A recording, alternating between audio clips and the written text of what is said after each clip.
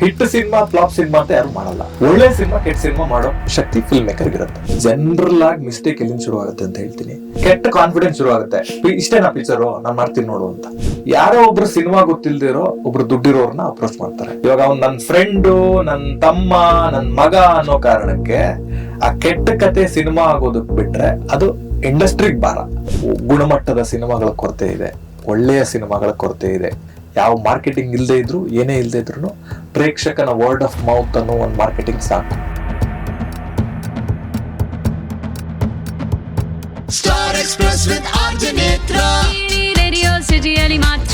ಒಂದು ಸಣ್ಣ ಹಳ್ಳಿಯಿಂದ ಓಡ್ ಬಂದು ಸಿನಿಮಾ ಇಂಡಸ್ಟ್ರಿಯಲ್ಲಿ ಏನೋ ಅಚೀವ್ ಮಾಡಬೇಕು, ಸೈಕಲ್ ಹೊಡಿತಾರೆ. ಸುದೀಪ್, ಅಂಬರೀಷ್ ಇಂಥ ಹೆವಿ ವೇಟ್ಸ್ನ ನಿರ್ದೇಶನ ಮಾಡ್ತಾರೆ. ಇವತ್ತಿಗೆ ಇಂಡಸ್ಟ್ರಿಯಲ್ಲಿ ಇವರ ಸ್ಥಾನ ಎಲ್ಲಿದೆ, ಮುಂದಿನ ಸಿನಿಮಾ ಪ್ಲ್ಯಾನ್ ಏನು? ಕರಾವಳಿ ಸಿನಿಮಾ ಬರ್ತಾ ಇದೆ, ಹಾಗೆ ಒಂದು ನಾವೆಲ್ನ ಸಿನಿಮಾ ಮಾಡುವಂಥ ಒಂದು ಪ್ರಯತ್ನದಲ್ಲೂ ಕೂಡ ಇದ್ದಾರೆ. ಪೂರ್ಣಚಂದ್ರ ತೇಜಸ್ವಿಯವರ ಈ ಒಂದು ನಾವೆಲ್ನ ಒಂದು ಸಿನಿಮಾ ಬಗ್ಗೆ ಅಫ್ಕೋರ್ಸ್ ಜುಗಾರಿ ಕ್ರಾಸ್, ಈ ಎಂಟೈರ್ ಎಪಿಸೋಡ್ನ ತಪ್ಪದ ಹಾಗೆ ನೋಡಿ. ವಾಟ್ ಮೇಕ್ಸ್ ಹಿಮ್ ಟಿಕ್, ಆ ಒಂದು ಸ್ಟ್ರೀಟ್ ಸ್ಮಾರ್ಟ್ನೆಸ್ ಎಲ್ಲರೂ ಎಲ್ಲಿ ಅಳವಡಿಸ್ಕೊಳ್ಬೇಕು ಅನ್ನೋದು ಬಹಳ ಮುಖ್ಯ. ನೇತ್ರಾ ಜೊತೆ ಸ್ಟಾರ್ಸ್ ಎಕ್ಸ್ಪ್ರೆಸ್ನಲ್ಲೇ Gurudatt Ganiga. Apart from all of this, as a creative person, of course creative ಎಲ್ಲ ಎಂಡ್ಸ್ನು ಟ್ರೈ ಮಾಡಿರ್ತೀರಾ. ಈಗ ಬಿಸ್ನೆಸ್ ಆಸ್ಪೆಕ್ಟ್ ಅಂತ ಬಂದಾಗ, when it comes to making money, ಒಂದು ಯಾವುದೇ ಪ್ರಾಜೆಕ್ಟ್ ಮಾಡಿದ್ರು, ಒಂದು ಸಿನಿಮಾ ಆಗಲಿ ಅಥವಾ ಯಾವುದೋ ಒಂದು ಪ್ರಾವಿಷನ್ ಸ್ಟೋರ್ ಇಡೋದಾಗ್ಲಿ, profit is something that is very important. At the end of the day ನಾವ್ ಏನೇ ಗ್ರೇಟ್ ಕೆಲಸ ಕಾಂಟೆಂಟ್ ಮಾಡಿದ್ರು ಅದು ಪ್ರಾಫಿಟ್ ಮಾಡದೇ ಇದ್ರೆ ಅದಕ್ಕೆ ಅದರಷ್ಟೇ ಬೆಲೆ, ಅನ್ಫಾರ್ಚುನೇಟ್ಲಿ. ಸೊ ಆ ರೀತಿ from the business point of view ಹೇಗೆ, how do you plan general? Because ಎಲ್ಲಾ ಕಡೆಯಿಂದ ಯೋಚನೆ ಮಾಡ್ಬೇಕು ನಾವು. ಬರೀ ಓಕೆ ನಾನು ಕತೆ ತಲೆ ಕೆಡ್ಸ್ಕೊಂತೀನಿ, ನಾನು ಡೈರೆಕ್ಷನ್ ನೋಡ್ಕೊಂತೀನಿ, ಮಿಕ್ಕಿದ್ ನನಗೆ ಗೊತ್ತಿಲ್ಲ ಅಂತ ಹೇಳೋಗಿಲ್ಲ ಇವತ್ತಿನ ದಿನಗಳಲ್ಲಿ. ಅದು ಪ್ರೊಡ್ಯೂಸ್ ಮಾಡ್ತಾರೆ ಅಂತ ಹೇಳಂಗಿಲ್ಲ. ಹೌದು. ಬಿಸ್ನೆಸ್ ಪರ್ಸ್ಪೆಕ್ಟಿವ್ ಇಂದ anybody, if you have a little bit of business angle, ಅದೊಂದು ಪ್ರಾಡಕ್ಟ್ ಇರ್ಬೋದು, ಅದೊಂದು ಸಿನಿಮಾ ಇರ್ಬೋದು, ಅದೊಂದು ಡಿಶ್ ಇರ್ಬೋದು, ಒಂದು ವೆಹಿಕಲ್ ಇರ್ಬೋದು, ಏನೇ ಇರ್ಬೋದು, ಈ ಥರದ್ದು ಇದೆಯಾ ಮಾರ್ಕೆಟಲ್ಲಿ? ಈ ಥರದ್ದು ಪ್ರಾಡಕ್ಟ್, ಈ ಥರದ್ದು ಫೋನ್, ಈ ಥರದ್ದು ದೋಸೆ, ಈ ಥರದ್ದು ಪೆನ್ ಮಾರ್ಕೆಟಲ್ಲಿ ಇದೆಯಾ? ಇದ್ರೆ ಇನ್ನೊಂದು ಮಾಡಿ ಲಾಭ ಇಲ್ಲ. ಇಲ್ಲದೆ ಇರೋದು ಮಾಡು, ಅದರಿಂದ ಪ್ರಾಫಿಟ್ ಆಗುತ್ತೆ. ಇಲ್ಲದೆ ಇರೋ ಪ್ರಾಡಕ್ಟ್ ಬೇಕು ಎಲ್ರಿಗೂ. ಸೊ ಇನ್ನು storytelling way, as a filmmaker or storyteller, ಈ ಥರದ ಕತೆ ಬಂದಿದೆಯಾ? ಈ ಥರದ್ದು ಯಾವುದಾದ್ರೂ ಸಿನಿಮಾ ಇದೆಯಾ? ಇಲ್ಲ. ಈಗ ಮೇಲ್ನೋಟಕ್ಕೆ ನೋಡಿದವರು, ಇವಾಗ ಯಾರೇ ಆಗಲಿ, ನಿಮಗೆ ಮುಂಗಾರು ಮಳೆ ಆದಮೇಲೆ ಬಂದಿರೋ ಎಲ್ಲ ಲವ್ ಸ್ಟೋರಿನೂ ಇದ್ರಲ್ಲಿ ಮುಂಗಾರು ಮಳೆ ಥರ ಇರ್ಬೋದೇನೋ ಅಂತ ಅನ್ಸುತ್ತೆ. Any previous big hit film compare ಮಾಡ್ತಾರೆ, ಆದರೆ ಸಿನಿಮಾ ಒಳಗಡೆ ಬಂದಾಗ ಗೊತ್ತಾಗುತ್ತೆ.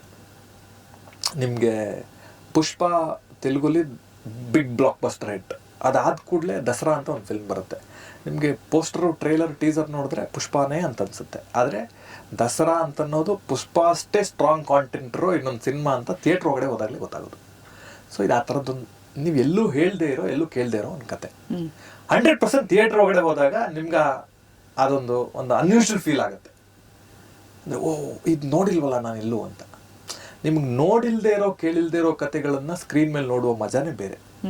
ನಿಮ್ಗದು ವಾವ್ ಅಂತ ಅನ್ಸುತ್ತೆ, ಎಕ್ಸ್ಟ್ರೀಮ್ಲಿ ಯು ಫೀಲ್ ಗುಡ್. ಆಮೇಲೆ ಅದರಲ್ಲೂ ಸ್ವಲ್ಪ ನಮ್ಮ ಕಂಟ್ರಿ, ನಮ್ಮ ರಾಜ್ಯ ಏನಿದೆ, ನಾವು ಹಳ್ಳಿಗಳ ಊರು. ಇಲ್ಲಿರುವ ಎಲ್ಲ ಫಿಲ್ಮ್ ಕ್ರೌಡ್ ಏನಿದೆ, ಮಾಸ್ ಕ್ರೌಡ್ ಅಂತ ಅದನ್ನ ಕರೀರಿ, ಮಿಡಲ್ ಕ್ಲಾಸ್ ಕ್ರೌಡ್ ಅಂತನಾದರೂ ಕರೀರಿ, ಏನಾದರೂ ಕರೀರಿ, ಎಲ್ಲರಿಗೂ ಮನೇಲೊಂದು ಹಸು ಇರುತ್ತೆ. ದನಕರುಗಳ ಜೊತೆ ಒಂದು ಅವಿನಾಭಾವ ಸಂಬಂಧ ಇರುತ್ತೆ.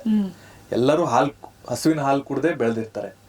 ಎಲ್ಲರಿಗೂ ಈ ಹಸು, ಎಮ್ಮೆ, ಕರು, ಕೋಣದ ಮೇಲೆ ಒಂದು ಸಾಮಾನ್ಯವಾದ ಒಂದು ಎಮೋಷ್ನಲ್ ಕನೆಕ್ಷನ್ ಇರುತ್ತೆ. ಇದು ಆ ಥರದ್ದೊಂದು ಕನೆಕ್ಷನ್ ತೋರಿಸೋಂಥ ಒಂದು ಕತೆ.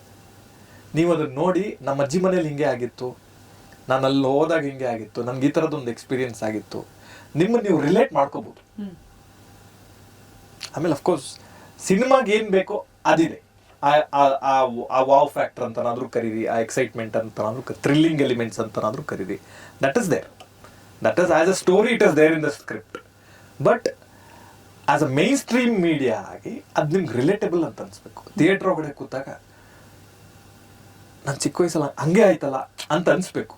ನಿಮ್ಮ ಅಜ್ಜಿ ಕತೆ ಏನಾದರೂ ಅಂತ ಅನ್ನಿಸ್ಲಿ ಅದು, ಅಥವಾ ಬೇರೆ ಯಾರ್ದೋ ಬಾಯಲ್ಲಿ ಕೇಳಿದೀನಿ ಅಂತನಾದ್ರೂ ಅನಿಸ್ಲಿ, ಆ ಕನೆಕ್ಟಿವಿಟಿ ಸಿಕ್ಕಿದ್ರೆ ಎಲ್ಲೋ ಕೇಳಿರೋ ಹೌದು. ಎಕ್ಸ್ಪೀರಿಯನ್ಸ್ ಮಾಡಿರೋ ಕೆಲವು ಘಟನೆಗಳು ಹೌದು ಅದನ್ನ ನೋಡಿದಾಗ ಹೌದು from the business point of view ಇವತ್ತಿಗೆ ಅಂದ್ರೆ ಇವಾಗ ಒಂದ್ ಸಿನಿಮಾ ವಾಪಸ್ ಗಳಿಸುವಂತಹ ಹಣ ಏನಿದೆ ಅದ್ ಅಲ್ಲಿ ಯಾವ ಒಂದು ಘಟ್ಟದಲ್ಲಿ ನಾವು ಇದೀವಿ ಸದ್ಯಕ್ಕೆ ನಿಮ್ ಪ್ರಕಾರ ಇನ್ ಟರ್ಮ್ಸ್ ಆಫ್ ಮಾನಿಟೈಸಿಂಗ್ ನಮ್ films and making money out of our films?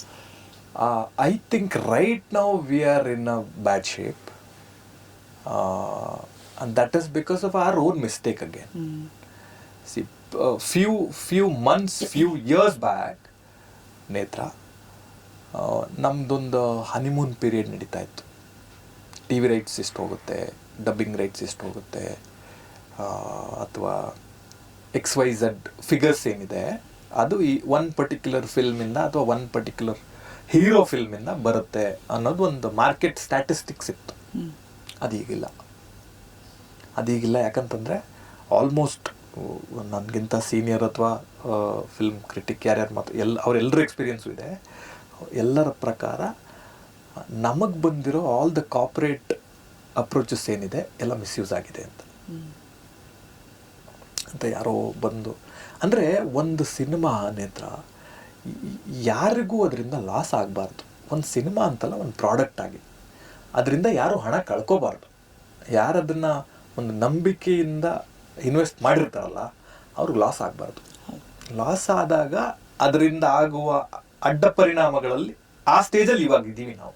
ಒಂದು ಸಿನಿಮಾ ಒಂದು ನಟನ ಚಿತ್ರ ಗೆಲ್ತು ಅಂದ್ರೆ ಹಿಂದೆ ಒಂದಷ್ಟು ಸಿನಿಮಾ ಹೇಳ್ಕೊಂಡು ಹೊರಟೋಗುತ್ತೆ. ಹೌದು, ಅದು ಬರೀ ಥಿಯೇಟರ್ ಅಲ್ಲಿ ಮಾತ್ರ ಅಲ್ಲ, ಯೂಟ್ಯೂಬ್ ಅಲ್ಲಿರುವ ಸಿನಿಮಾಗಳು ಸಹ ಜನ ಹುಡುಕಿ 100%.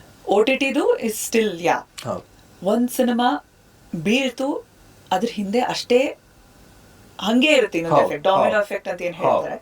ಅನ್ಫಾರ್ಚುನೇಟ್ಲಿ ಇದಕ್ಕೊಂದು ರೆಗ್ಯುಲೇಷನ್ ಏನಾದ್ರು ಇಡಬಹುದಾ? ಇಸ್ ದೇರ್ ಎನಿಥಿಂಗ್ ದಟ್ ಏನಾದ್ರು ಆ ಥರದ್ದು ಏನಾದ್ರು?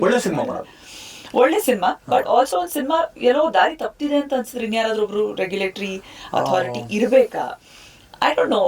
That is too difficult to I think ಆ ಥರ ಮಾನಿಟೈಸ್ ಮಾಡೋದು ಕಷ್ಟ ಅಂತ ಅನ್ಸುತ್ತೆ. ಅಂದರೆ ಒಳ್ಳೆ ಕತೆಗಳನ್ನು ಮಾಡೋದು, ಒಳ್ಳೆಯ ಕತೆಗಳನ್ನು ಸಿನಿಮಾ ಮಾಡೋದು, ಆಗ ಗೆಲುವು ಸೋಲುಗಳನ್ನು ಪಕ್ಕಕ್ಕಿಟ್ಟು ನೋಡೋದಾದ್ರೆ ಒಳ್ಳೆ ಸಿನಿಮಾಗಳಿರ್ತವೆ. ಕನ್ನಡ ಫಿಲ್ಮ್ ಇಂಡಸ್ಟ್ರಿ ಅಂತ ಬಂದಾಗ ಒಳ್ಳೆಯ ಸಿನಿಮಾಗಳನ್ನ ಮಾಡುವ ಫಿಲ್ಮ್ ಇಂಡಸ್ಟ್ರಿ ಅನ್ನೋದು ಹೀರೋ ಆಗ್ಬೇಕು.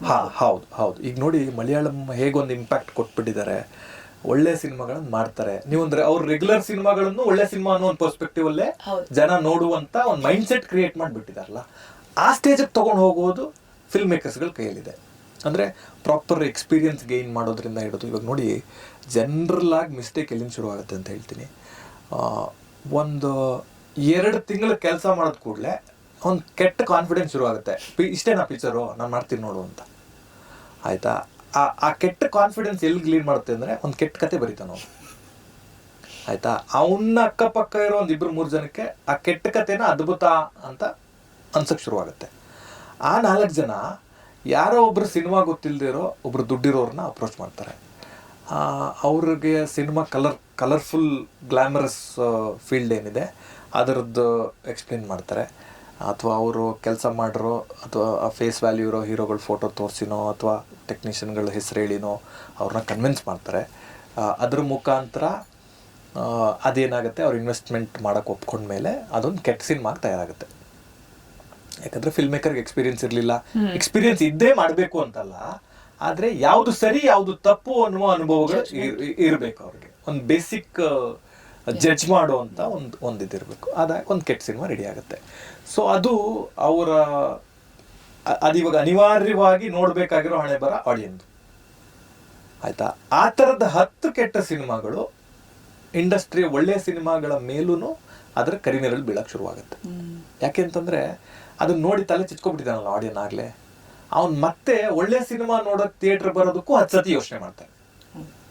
ಅದು ಇನ್ನವೇ ಆ ಥರದ ಪ್ರಯತ್ನಗಳು ಆಗಬಾರ್ದು. ಅವ್ರಿಗೆ ಸರಿಯಾದ ಮಾರ್ಗದರ್ಶನ ಇರಬೇಕು.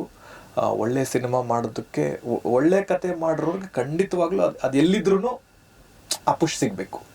ಅದೇ ಥರ ಒಂದು ಕೆಟ್ಟ ಕತೆಗೆ ಒಂದು ಹಾನೆಸ್ಟ್ ಒಪಿನಿಯನ್ ಕೊಡಬೇಕು. ಇವಾಗ ಅವ್ನು ನನ್ನ ಫ್ರೆಂಡು, ನನ್ನ ತಮ್ಮ, ನನ್ನ ಮಗ ಅನ್ನೋ ಕಾರಣಕ್ಕೆ ಆ ಕೆಟ್ಟ ಕತೆ ಸಿನಿಮಾ ಆಗೋದಕ್ಕೆ ಬಿಟ್ರೆ ಅದು ಇಂಡಸ್ಟ್ರಿಗೆ ಭಾರ. ಹೌದು. ಅದು ಪ್ರೇಕ್ಷಕನಿಗೆ ಎಷ್ಟು ಭಾರನೋ ಅದು ಅಷ್ಟೇ ಭಾರ ಅದು ಆಸ್ ಎ ಇಂಡಸ್ಟ್ರಿ ಆಗು ಹೌದು. ಹೌದು. ಸೊ ಆ ಥರದ ಪ್ರಯತ್ನಗಳು ಆಗ್ಬಾರ್ದು ಅನ್ನೋದಕ್ಕಿಂತ ಅವ್ರಿಗೆ ಯಾರೋ ಒಬ್ರು ಹಾನೆಸ್ಟ್ ಆಗಿ ಹೇಳ್ಬೇಕು, ನೋಡೋ ನೀನ್ ಮಾಡ್ತಾ ಇರೋದು ಸರಿ ಇಲ್ಲ, ಇದು ಒಂದು ಕೆಟ್ಟ ಸಿನಿಮಾ ಆಗುತ್ತೆ, ಮಾಡಕ್ ಹೋಗ್ಬೇಡ, ಇನ್ನೊಂದು 2-3 ಸಿನಿಮಾ ಕೆಲಸ ಮಾಡು, ಇನ್ನೊಂದಷ್ಟು ಎಕ್ಸ್ಪೀರಿಯನ್ಸ್ ಗೇನ್ ಮಾಡು, ಇನ್ನೊಂದಷ್ಟು ಒಳ್ಳೇದು ಯಾವುದು ಸರಿ ಯಾವುದು ತಪ್ಪು ಯಾವುದು ಅನ್ನೋ ಥರದ್ದು ಒಂದಷ್ಟು ಜಡ್ಜ್ಮೆಂಟ್ ಸಿಗಲಿ ನಿನಗೆ, ಅದಾದ್ಮೇಲೆ ಸಿನಿಮಾ ಮಾಡು. ಸೊ ಟ್ರಯಲ್ ಆ್ಯಂಡ್ ಎರರ್ ಆಗೋದು ತಪ್ಪಿಲ್ಲ, ಆದರೆ ಅದರ ಭಾರ ಗ್ರಾಹಕನ ಮೇಲಾಗಲಿ ಪ್ರೇಕ್ಷಕನ ಮೇಲಾಗಲಿ ಬೀಳಬಾರ್ದು.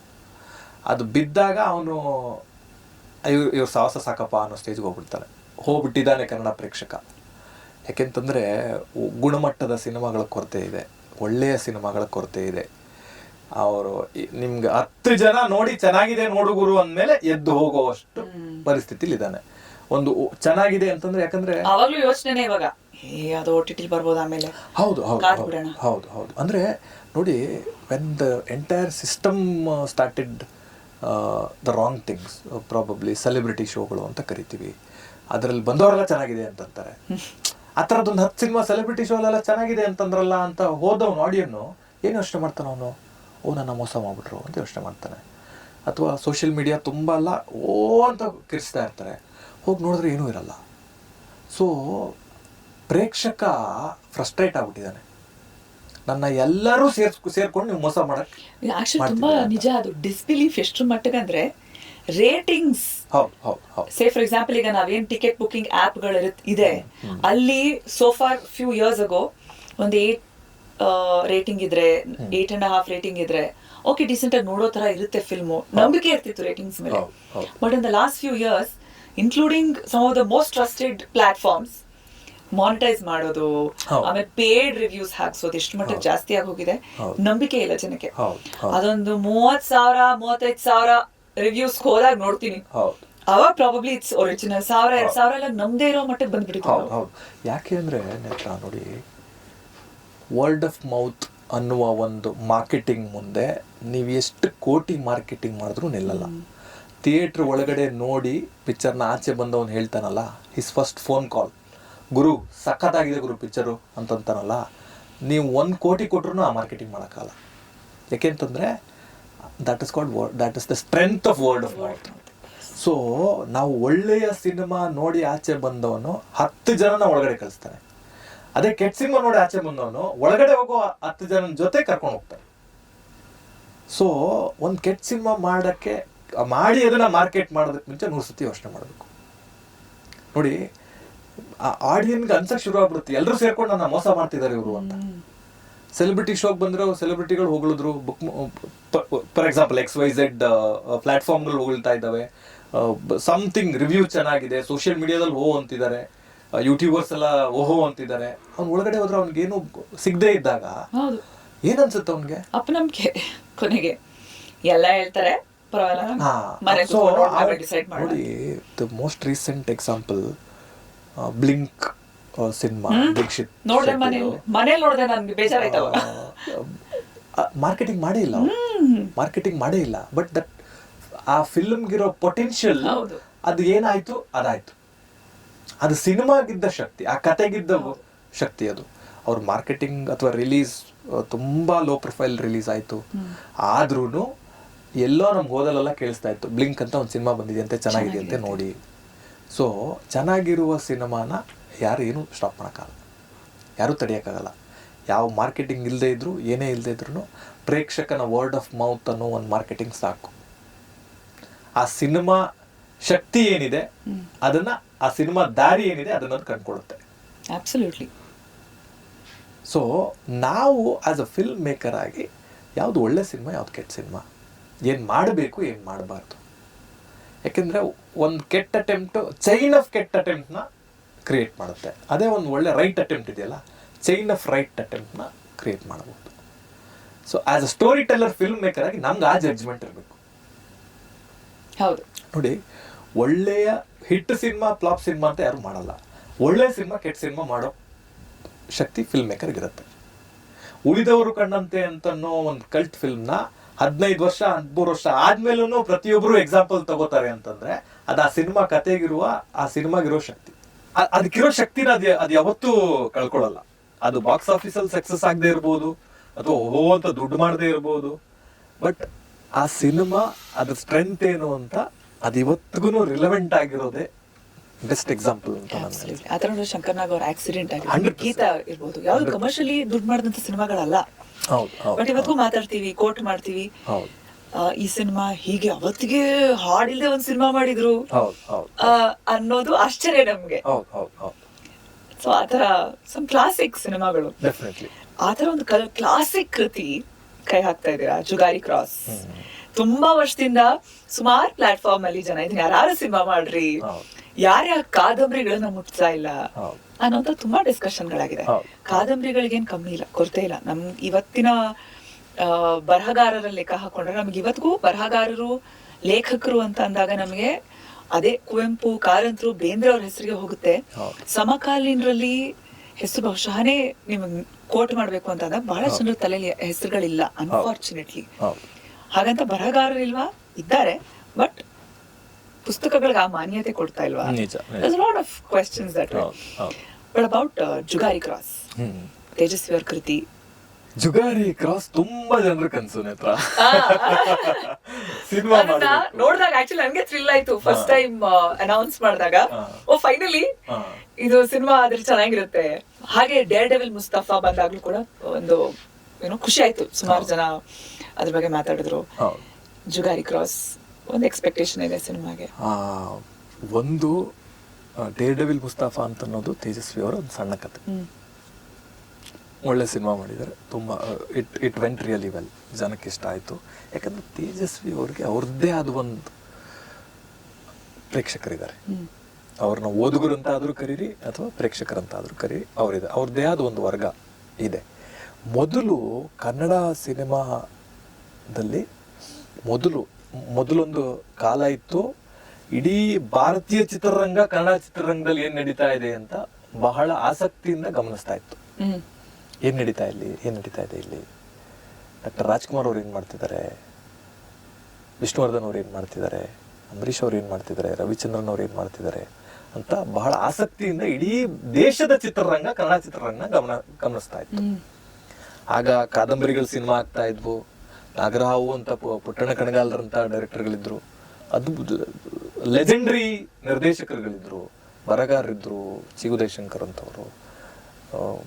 ಆದರೆ ಕಾಲಾಂತರದಲ್ಲಿ ನಾವು ಕಮರ್ಷಿಯಲ್ ಅನ್ನೋ ಒಂದು ಹುಚ್ಚು ಕುದುರೆ ಹಿಂದೆ ಬಿದ್ದು ನಮ್ಮತನ ಏನು, ನಮ್ಮ ಮಣ್ಣೇನು, ನಮ್ಮ ಸೊಗಡೇನು, ನಮ್ಮ ಕತೆ ಏನು ಅಂತನ್ನೋದನ್ನೆಲ್ಲ ಮರೆತು, ನಮ್ಮ ಮೂಲವನ್ನ ನಾವು ಮರೆತು ಬೇರೆಯವರೆಡೆಗೆ ಅಟ್ರಾಕ್ಟ್ ಆಗ್ತಾ ಹೊರಟಿದ್ರ ಪರಿಣಾಮ ನಾವೀಗ ಅನುಭವಿಸ್ತಾ ಇದ್ದೀವಿ.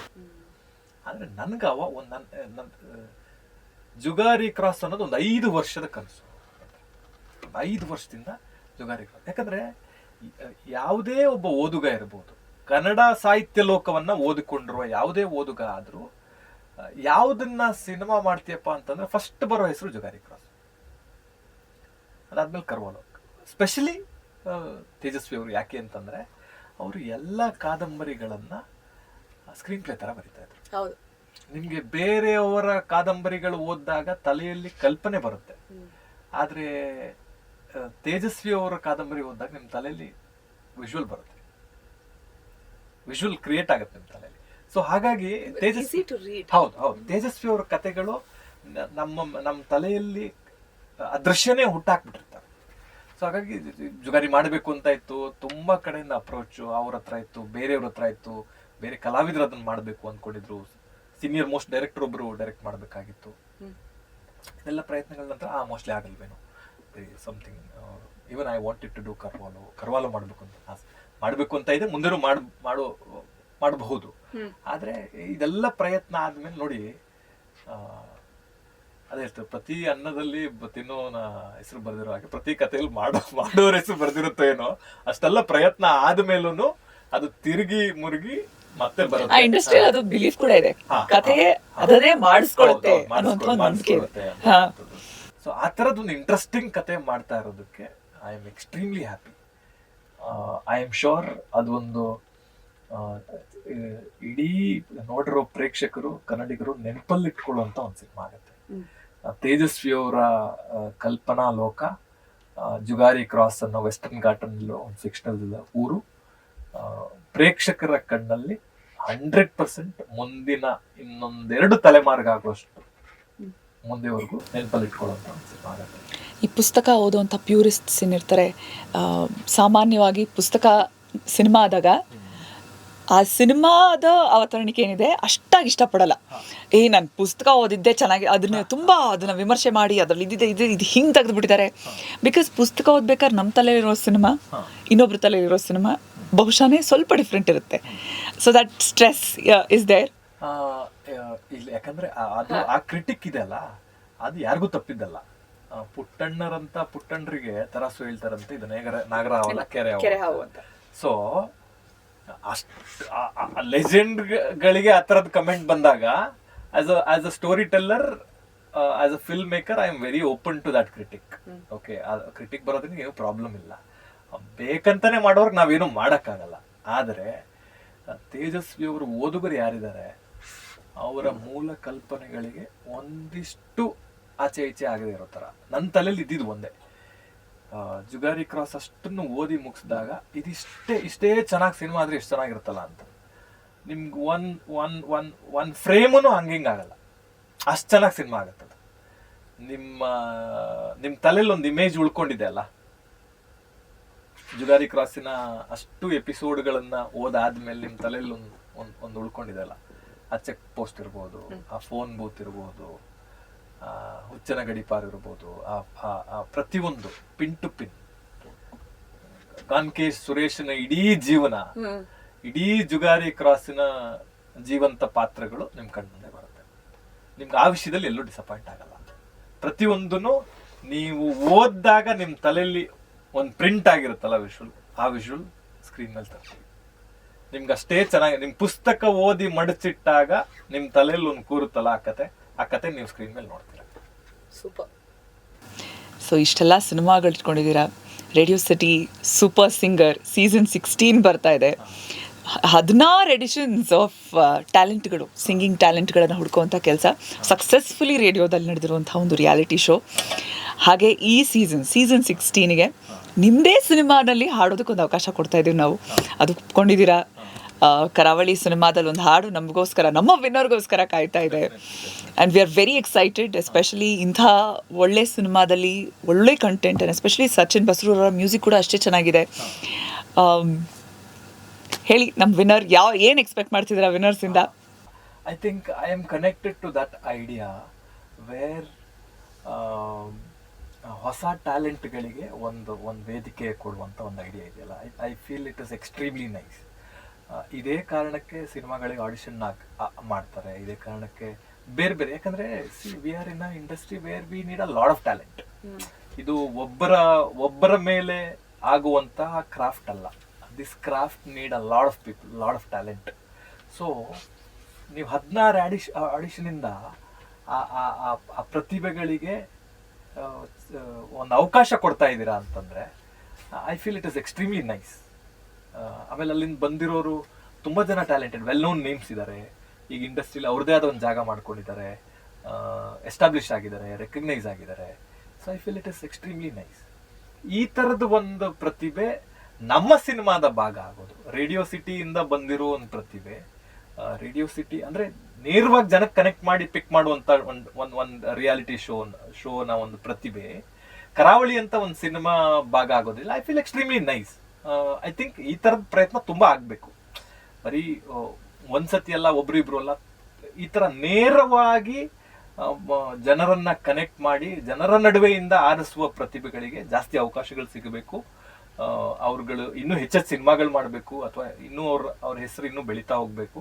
ಸೊ ಹಾಗಾಗಿ ಅದರಿಂದ ಸಿನಿಮಾ ಇಂಡಸ್ಟ್ರಿಗೂ ಒಂದು ಅದ್ರ ಕ್ರೆಡಿಟ್ ಹೋಗುತ್ತೆ, ರೇಡಿಯೋ ಸಿಟಿಗೂ ಅದ್ರದ್ದೊಂದು ಕ್ರೆಡಿಟ್ ಹೋಗುತ್ತೆ. I feel it is extremely nice collaboration.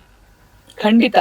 In fact ನಿಮ್ ಕಥೆ ಕೇಳಿದ್ರು ಸಹ ನೀವು ಆಸ್ ಏನೋ ಕನೆಕ್ಷನ್ ಇಲ್ಲದೆ ಆಸ್ ಅ ನೋ ಬಡಿ ಬೆಂಗಳೂರಿಗೆ ಬಂದು ಏನೋ ಒಂದು ಪ್ರೂವ್ ಮಾಡ್ಬೇಕು ಅನ್ನೋ ಒಂದು ಛಲ ಏನಿದೆ, ಅಲ್ಲಿಂದ ಒಬ್ಬ ಹೊಸ ಪ್ರತಿಭೆಗೆ ನೀವೊಂದು ಅವಕಾಶ ಕೊಡಬೇಕು ಅನ್ನೋದು, it just giving back in some way or the other ಅಂತ ಹೊಸ ಯಾವಾಗ್ಲೂ ಮಿಸ್ ಮಾಡಬಾರ್ದಲ್ಲ. ನನಗೆ ಯಾರೋ ಅವಕಾಶ ಕೊಟ್ಟಿದ್ದಕ್ಕೆ ನಾನು ಇಲ್ಲಿದ್ದೀನಿ. ಆ ಅವಕಾಶ ನಾನು ಬೇರೆಯವ್ರಿಗೆ ಕೊಡಬೇಕು. ಎಷ್ಟೋ ಜನರ ನಾನು ಈ ಜಾಗದಲ್ಲಿ ಇರೋದಕ್ಕೆ ಕಾರಣ ತುಂಬಾ ಜನರ ಋಣ ನನ್ನ ಮೇಲಿದೆ. ನಾನು ಅದನ್ನ ನಾನೊಬ್ನೇ ತಗೊಂಡು ನಾನೊಬ್ನೇ ಅನುಭವಿಸ್ಬೇಕು ಅನ್ನೋದು ಸ್ವಾರ್ಥ. ಆದ್ರೆ ಬೇರೆ ಹೊಸ ಕಲಾವಿದರಿಗೆ, ಹೊಸ ಪ್ರತಿಭೆಗಳಿಗೆ, ಹೊಸಬರಿಗೆ, ಯಾರಿಗೆ ಬೇಕಾಗಿದೆ, ಯಾರ ಅವಕಾಶಕ್ಕೆ ಕಾಯ್ತಾ ಇದಾರೆ ಅವ್ರಿಗೆ ಅವಕಾಶಗಳು ಕೊಡೋದ್ರ ಮುಖಾಂತರ ನಮ್ಮ ಮೇಲಿರೋ ಋಣನ ಭಾರನ ಸ್ವಲ್ಪ ಆದ್ರೂ ಕಡಿಮೆ ಮಾಡಬೇಕು. ಅದು ಪ್ರತಿಯೊಬ್ಬರ ಕರ್ತವ್ಯ. ಯಾರ್ಯಾರು ತುಂಬಾ ಮೇಲಕ್ಕೆ ಹೋಗಿರ್ತಾರೆ, ಬೆಳೆದಿರ್ತಾರೆ, ಅವರೆಲ್ಲರ ಮೇಲೂ ಒಂದು ಋಣ ಇರುತ್ತೆ. ಅವರೆಲ್ಲರೂ ಅಲ್ಲಿ ಹೋಗೋದಕ್ಕೆ ಯಾರೋ ಕಾರಣಕರ್ತರಾಗಿರ್ತಾರೆ. ಆ ಕಾರಣವನ್ನ ನಮ್ಮ ಜೊತೆಗೆ ಟ್ರಾವೆಲ್ ಮಾಡಿಸ್ಬಾರ್ದು. ಅದನ್ನ ಬೇರೆಯವ್ರಿಗೆ ಕೊಡೋದ್ರ ಮುಖಾಂತರ, ಅವಕಾಶಗಳು ಕೊಡೋದ್ರ ಮುಖಾಂತರ ಇರ್ಬೋದು, ಕೆಲಸಗಳು ಕೊಡೋದ್ರ ಮುಖಾಂತರ ಇರ್ಬೋದು, ಅದನ್ನ ಕೊಡ್ತಾ ಹೋದಾಗ I think that is a right way to ಆಮೇಲೆ ಒಬ್ಬರು ಸಿನಿಮಾ ಅನ್ನೋದು, ಇಂಡಸ್ಟ್ರಿ ಅಂತ ಅನ್ನೋದು ಒಬ್ರದಲ್ಲ. ಒಬ್ಬರಿಂದ ಒಂದೊಳ್ಳೆ ಸಿನಿಮಾ ಆಗುತ್ತೆ ಅಂತ ಅನ್ನೋದು ಸುಳ್ಳು. ಒಂದು ಒಳ್ಳೆ ತಂಡ ಇದ್ದಾಗ, ಒಂದಷ್ಟು ಪ್ರತಿಭೆಗಳ ಜೊತೆಗಿದ್ದಾಗ ಒಂದು ಒಳ್ಳೆ ಸಿನಿಮಾ ಆಗುತ್ತೆ. ಆ ಥರದ ಕೆಲಸ ಆಗಬೇಕು ಅಂತ ನಾನು ನಂಬ್ತೀನಿ. Absolutely. So all the very best. ನಿಮ್ಮ ಈ ಒಳ್ಳೆ ಕೆಲಸಗಳು ಅತಿ ಶೀಘ್ರದಲ್ಲೇ ತೆರೆ ಕಾಣೋದಕ್ಕೆ ರೆಡಿ ಆಗ್ತಿದೆ, ಕರಾವಳಿ ಸಿನಿಮಾ. ಅಂಡ್ ಆಫ್ ಕೋರ್ಸ್ ಅದಕ್ಕೂ ಮುಂಚೆ ಒಂದು ಹಾಡಂತೂ ರೇಡಿಯೋ ಸಿಟಿಯಲ್ಲಿ ಲಾಂಚ್ ಆಗುತ್ತೆ. Thank you for this collaboration, thank you for this opportunity ನಮ್ಮ ವಿನ್ನರ್ಗೆ. Yeah, all the very best ನಿಮ್ಮೆಲ್ಲ ಸಿನಿಮಾಗಳಿಗೆ. We can't wait to watch them. Thank you so much for this wonderful time.